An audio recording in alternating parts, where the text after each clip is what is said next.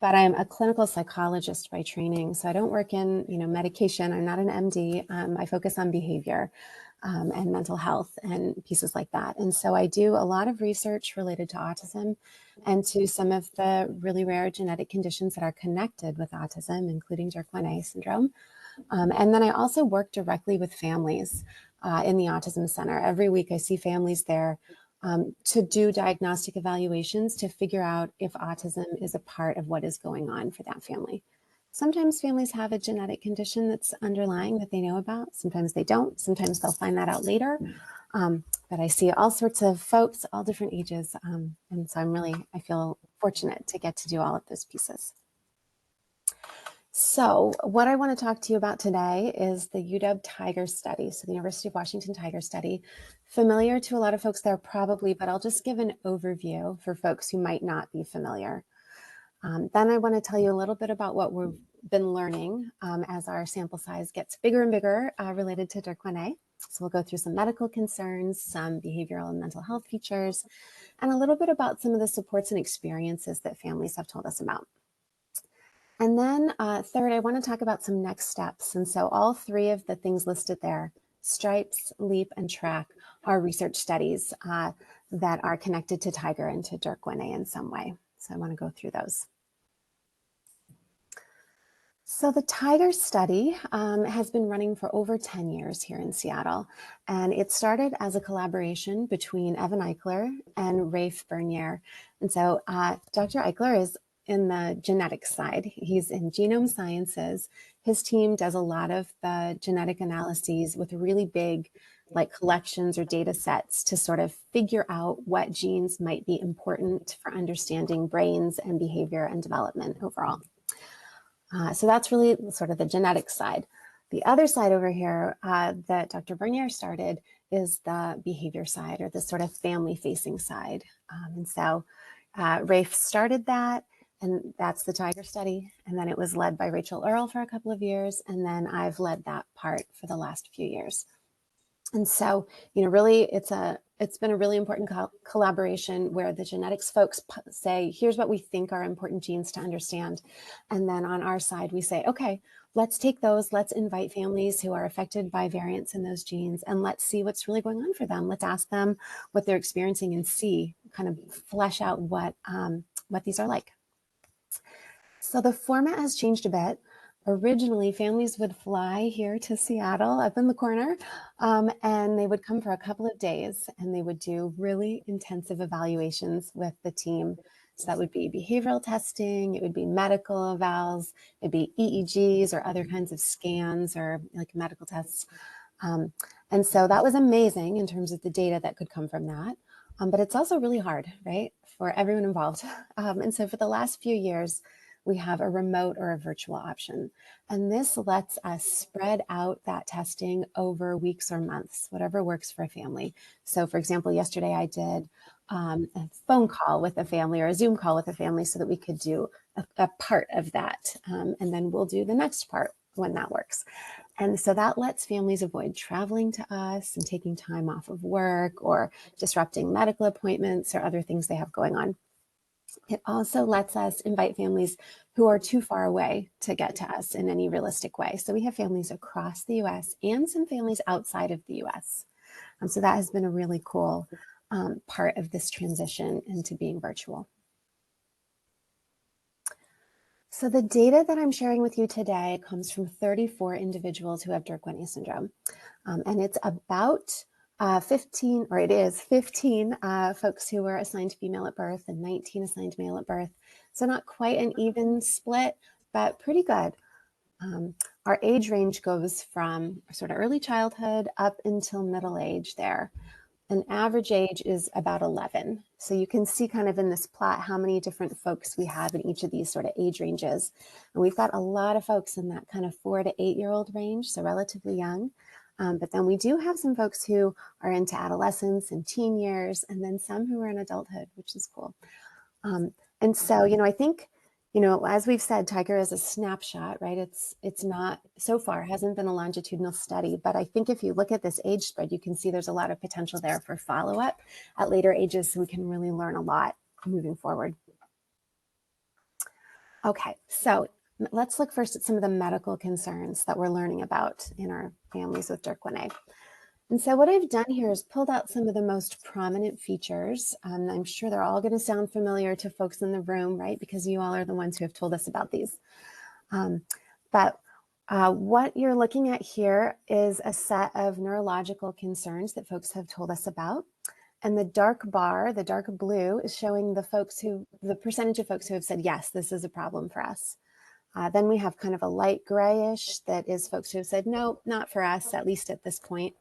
And then the sort of lightish blue at the top of each of them is folks where they either weren't sure or where we don't have data about that particular thing. So you can get a sense kind of what's most common and what's least common. So in terms of neurological pieces, it's really those motor coordination issues that are popping up quite a bit on this picture, right? So over half of the families are telling us that motor coordination, whether that is like big motor movements like gross motor, walking, running, crawling, has been hard, or it could be fine motor, right? It could be being able to hold relatively small things, right? Like using utensils to eat or holding a crayon or a pencil to write, zippers, buttons, Legos, whatever that might be.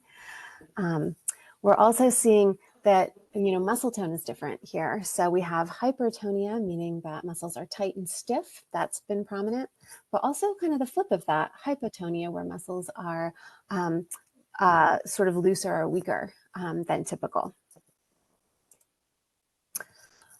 However, really what's showing up in terms of the neurological pieces is seizures, right? Uh-oh. Did slides just disappear for you all?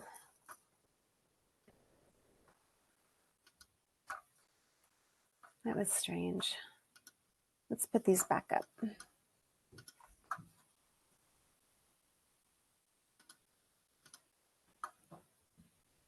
PowerPoint decided it was gonna do something there. Okay. So we were just about to talk about seizures. So hopefully that's showing for you all. Somebody let me know if it is not, okay? Okay. So, so when we look at seizures, folks have told us about two kind of categories of seizure activity. So one is thinking about febrile seizures, meaning seizures that show up when a child is having, or an adult for that matter, is having a fever. So they're sick, and then somehow that is sort of making them more likely to have a seizure. So that's one kind of category. We've also got kind of seizures in general where, they might occur during fevers, but they also occur other times, right? So this is sort of like a more typical kind of epilepsy or seizure disorder kind of picture. And so both of those are really common, right? We have 60 to 70% experiencing seizures. And you can see over there on the right that I've kind of plotted out the different types. And it's those kind of big grand mal seizures that seem to be most common. And then these other types of seizures are less frequent. We can also ask or sort of learn about when seizures tend to emerge in development, right? Do they come on really early or do they come on later? When does that happen? And it's a little bit different depending on which of those categories of seizures we're talking about. So in blue on the top there, you can see the average age of onset for those seizures that happen during fevers is pretty young. It's around 2 years, so 24 months. But from what folks shared with us, it could range anywhere between infancy, like in that first year of life, up until 3.5 or 4. So anywhere in there is when they kind of came on for the first time, but on average about 2. For folks whose seizures were not limited to fevers, so more general seizures, they have a much wider kind of age range of onset. So some folks, again, it's starting when they're an infant, but some folks it's, not coming on until they're school age, teen years, quite a bit older. And so there, the average age is actually about 5.5. A next area that we've asked about and heard a lot about is sleep, right? So, sleep is just so important for all of us, right? And we're seeing that almost everybody with Dirkwinney syndrome in our group is experiencing some degree of sleep difficulties, which is so hard. So you can see it's almost 90%. And the type of sleep problem varies. So most common is awakening problems. And that in these data, that means, waking up during the night, maybe being awake for a stretch, not being able to settle back down and get back to sleep. So that's really interrupted sleep. We see breathing problems. So that could be sleep apnea, for example, if it's interrupting the sleep quality during the night. We see a lot of sleep onset problems, meaning trouble sort of settling down and getting to sleep in the evening. And then a lot of folks reporting tiredness during the day, which I think is totally fair, totally makes sense. If you're experiencing any of these other things, you're going to be tired during the day. GI concerns or gastrointestinal concerns have also been really important from the families that we've talked to. And it's really GERD or reflux, gastroesophageal reflux disorder that has been really common, almost 3/4 of our group here, along with constipation, which I think is no surprise, right? Those have been really the prominent ones in this sort of area of development. So those are kind of like the most, the really prominent areas that have popped out of our, the information that we have. But if we kind of zoom back and just take like a broad look at what medical systems tend to be impacted, vision is right up there, right? And so for some folks, that is vision that is corrected through glasses, or maybe it's not, right? For a lot of folks, it can be just, it's not easily corrected through glasses or in some other way. And so it's continuing on. We also see some reports of cardiac and respiratory difficulties and some kidney concerns. We are not tending to hear a lot about autoimmune conditions or metabolic disorders, though, in terms of sort of that broad medical piece. So, I said at the start that I'm a psychologist, and so it's the behavior and the mental health piece that, really grabs me when I'm working with families. And so I wanted to share some of that. And when I was there in person last year, I went into this in a lot more depth. And so, I'm happy to share that information with folks if that's helpful. But I'll give kind of an overview here. So, first thing that we do or that, we know is important is intellectual ability or disability. This may already be something that you know, but in case not, the way that we think about intellectual disability, like if we're diagnosing it, is it has two components. One is that we're thinking about somebody's IQ, meaning like they're measured a skill level on this really structured testing that's standardized and, has a long history, right? So that's a really structured kind of setting. We also look at somebody's adaptive behavior. So that means the skills that they can use in their everyday life, right? In a lot of different ways. It can be their communication, their self-care, their health and safety, their interactions, right? So we're getting like book testing and we're getting like applied skills and needs in daily life. And we put those together. And the way that, they come together is how we decide about intellectual disability, right? Because if one of them is really strong, it can be kind of like making up for the other, but we're really looking for both of them together to say intellectual disability. So what I've plotted here is kind of the percentages of folks falling into each of the different categories of intellectual disability. And I see that unspecified 24% has floated away from its pie wedge. That should be there on that brightest blue wedge that's on the right side, like that's about a quarter. And unspecified, that for the most part is talking about kids who are too young to know kind of where they're going to land in this pie. So we know that DYRK1A has a lot of kind of early developmental delays, and it's, we can't predict necessarily from those early delays where somebody's going to end up long term. And so we hold off for a while making a determination about intellectual disability. And so that's where that unspecified piece is coming from. So about a quarter of our folks are in that range. You can see another big sort of quarter there is that severe intellectual disability range. We've also got some folks in the profound range. We've got folks with moderate and mild ID. And then we also have some folks up there in that category of no intellectual disability. And so that's meaning that their IQ is sort of in the average range, probably might be a little bit below or a little bit above, but at any rate, not meeting our diagnostic criteria for intellectual disability, right? So lots of variability in here. That's really kind of the take home from this, is that there are a lot of different wedges in this pie. It's not like everybody is sort of the same. Another really important piece in my mind is thinking about autism and how common autism is in Dirkwinney. And so I have it up here in two ways. So if you look at this first pie that says autism by history, history means that families have told us coming in that their child has a diagnosis of autism. So when we do kind of medical history as part of the Tiger study, that's one of the things we ask about. 59% of our families have said, yep, we have a diagnosis of autism. That is part of our, what we know. 29% said, nope, we do not. And then smaller wedges were either unsure or we didn't have data for them. And so 59% is pretty high, right? That's almost 2/3. Autism by Tiger means that at the end of somebody's participation in the Tiger study, when we put together all of the testing that we've done and all of our own observations, that is our determination about whether an autism diagnosis is a fit for somebody. So that's up to 76%. That's quite a bit higher, right? And so, you'd wonder why those things are different, right? And I don't actually know from the data that we have exactly why they're different.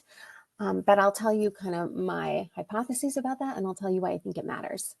So some different possibilities, right? Some families that I talk to, they say, yeah, we have thought about autism or we've wondered about autism, but we're getting all the services that we need right now. So it's just not something we're pursuing. Some families have their hands full thinking about the medical needs and the sort of learning supports that they're working on.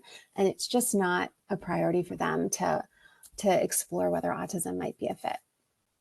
Some families have had trouble finding a professional who's willing to evaluate the possibility of autism for them because, some professionals are, more or less comfortable taking that on. And then some folks, I think, probably would pursue an evaluation if they could, but they can't access it for some other reason, for where they're located or insurance purposes, something like that. And then I'm sure there are a lot of other reasons too. And those are just some of the ones that I've heard from families so far. The reason that I think it matters is that, at least in some places, having that autism diagnosis is what you need to open up new resources and supports. In Washington State, for example, where I am, ABA therapy is really dependent on having an autism diagnosis. And that is not a great state of things, in my opinion, because I think it can be helpful for folks without autism for lots of reasons. But that's how it is.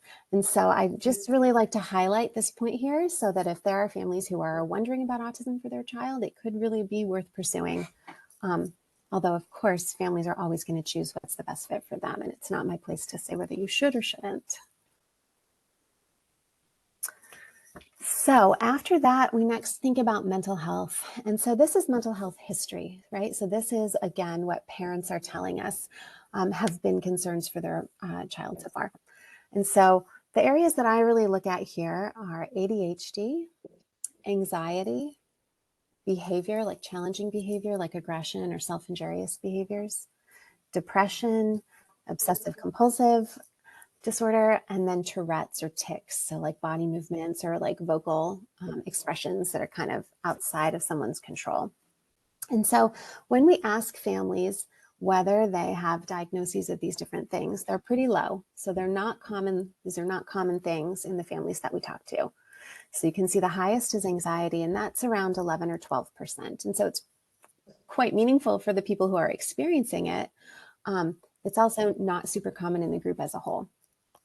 ADHD is our next, and sort of challenging behaviors. We see some reports of depression and some of Tourette's or tics. But on the whole, these are pretty low. I'll say, it's not on the slide, but nobody so far has told us about bipolar disorder or schizophrenia. And that makes a lot of sense, both in terms of the age of our sample, right? Those aren't things that we tend to see in childhood anyway. Another way that we think about mental health, though, is by looking at symptoms on checklists or on parent questionnaires. So when parents are in the Tiger study, they fill out many questionnaires, and one of them is something called the CBCL, Child Behavior Checklist.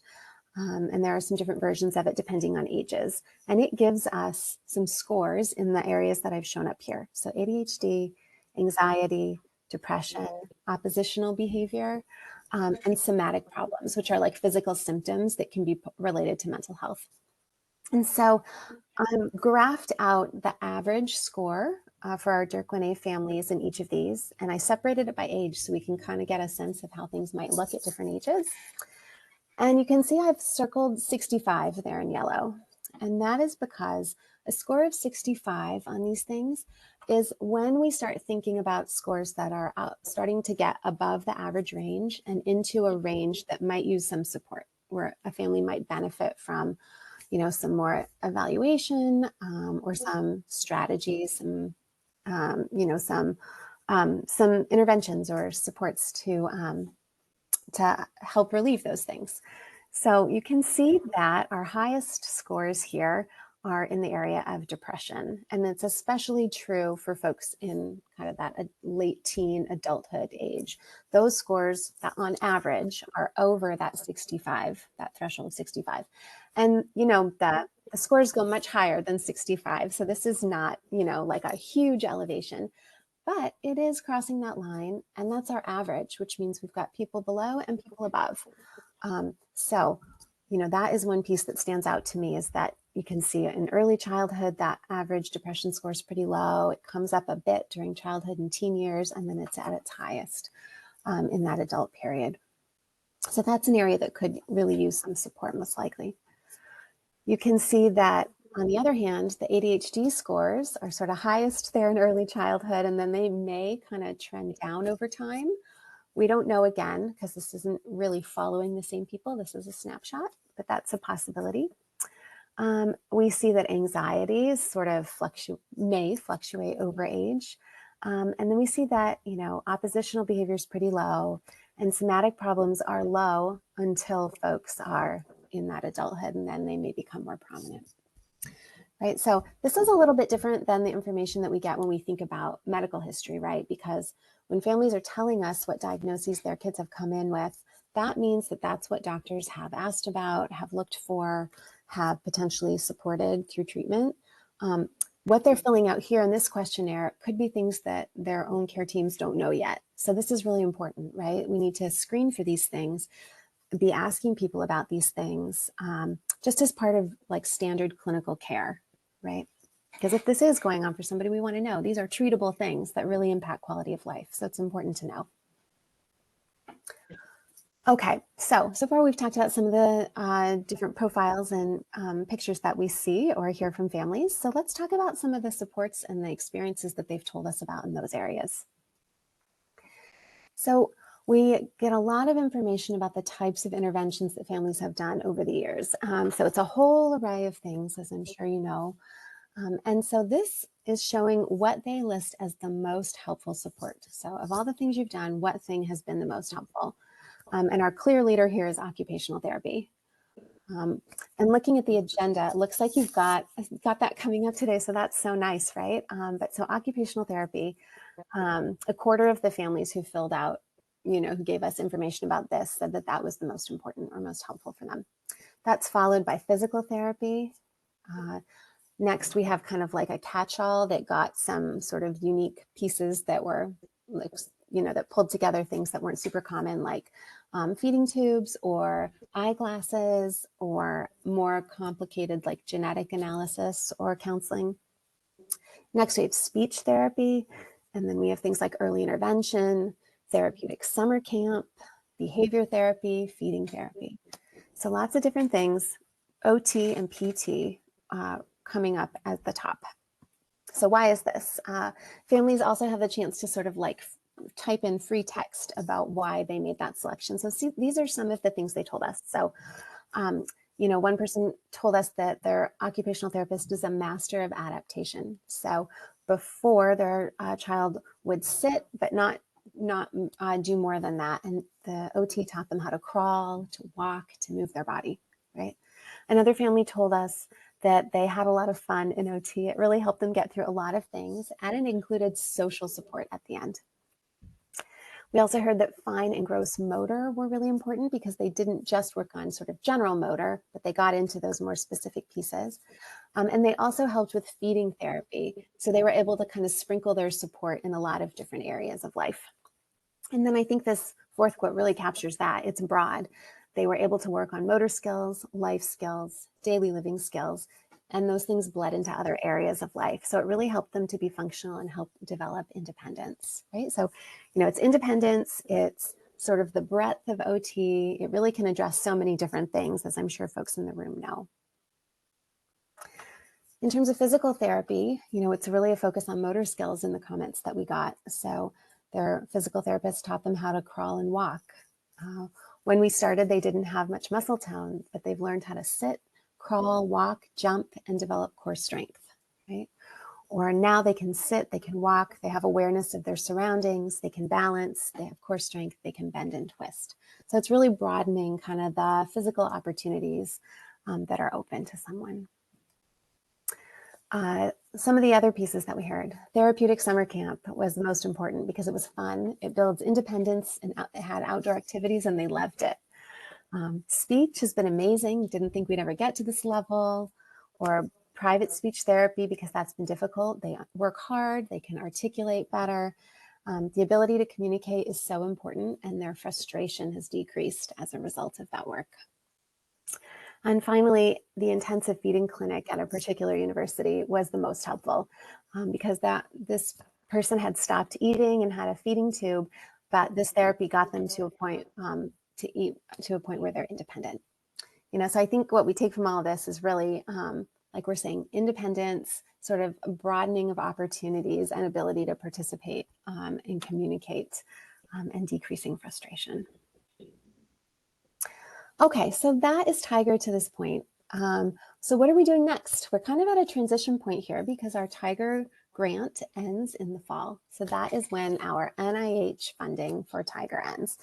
And so we are working hard to wrap up with the families that we currently have enrolled and thinking about next steps. So this is something we can add to the list of studies you could do this weekend at this meeting if you would like to. This is called STRIPES. It is the study of research interests, priorities, and experiences. This is meant to be short and really applied and meaningful. So I would estimate 20 minutes or so. And what we want to learn about is the needs and priorities of individuals and families who are affected by genetic conditions, including DYRK1A. And so it's a survey, and you can click that link or you can go to that QR code, and it takes you to the consent form. If you read through the consent form and you want to join, you just fill it out at the bottom, and when you submit it, it just takes you right into the survey. So you don't need to make any phone calls. You don't need to send any emails or set up any appointments. You certainly can if you have questions, but it's not required. So like I think of it as like people can do it late at night as they're sitting in bed next to their child waiting for them to fall asleep, for example, hypothetical. But so that's a really important one. That is, I built this specifically with the hope of learning what families would like to see us as researchers do. What have your experiences been like? What is important to you? Where should we be putting our energy? That's the whole point of this project. Our other two projects that I'm going to tell you about are focusing on this idea of the trajectory, right? We want to understand DYRK1A across the whole lifespan. And so, oftentimes when folks join research studies around genetic conditions, they're kind of in that school age or adolescent period because it's taken some time for them to get a diagnosis, right? So they couldn't enroll in a DYRK1A study at 12 months of age because maybe they didn't know about DYRK1A yet for themselves. So we get some information in these areas. And then, we could potentially look forward. We can follow up with families to learn about adulthood, but we also really want to learn about infancy and early childhood. What are those early years like? So our LEAP study is designed to focus on that whole span, but to really capture some of the time from early childhood. And so the idea here is that families have done lots of different evaluations just in the course of everyday life, right? You might have done a birth to 3 or early intervention evaluation. You might have done one around age 3 to get an IEP set up. You might be doing evaluations every 3 years. And that's really good information that could help us understand DYRK1A if we can get that information and combine it with our research data, right? Like instead of asking folks to do more, if we can get those records, if you can share those records with us, we can look at them and we can say, okay, we see IQ was measured at all these different times. Now we can plot that out for someone and understand how it changes, or we can see how anxiety changes, you know? So that is one that is relatively simple. It's just a phone call with us to sort of figure out what records there might be and then uploading them to us so that we can start, you know, kind of like building out this trajectory. So finally, we have TRACK, which stands for Trajectories and Change. And so this is what I am building out in hopes of continuing Tiger as a longitudinal study, right? I so agree with what Oliver was just saying about the need to understand it over time. And so we have just built out sort of the procedures for that here at the University of Washington. And so these are the areas of focus based on, you know, sort of my reading of family priorities in the literature so far and the science. And then my hope is that families filling out that STRIPE survey can help us know if there are things we're missing here. But this is what we're building out. I was just emailing with my team that it's time to test out our survey and see if it's ready. It's meant to be surveys for families and then 1 or 2 kind of phone calls or Zoom calls. So hopefully not too burdensome, but a chance to get like a second data point in Tiger and really understand things over time. Okay, so I'm going to stop there. I think I've used all my time, and I so appreciate your energy and your attention, both in terms of listening and for folks who have expressed interest in Tiger. It really, you know, we're trying to be helpful and so appreciate your time. I know we ask a lot. This is some of the research team who have contributed, so I just want to acknowledge them, and then some of the funders from our from Tiger and other projects. So I don't know if I have time for questions, but I'm happy to if there is. So thank you.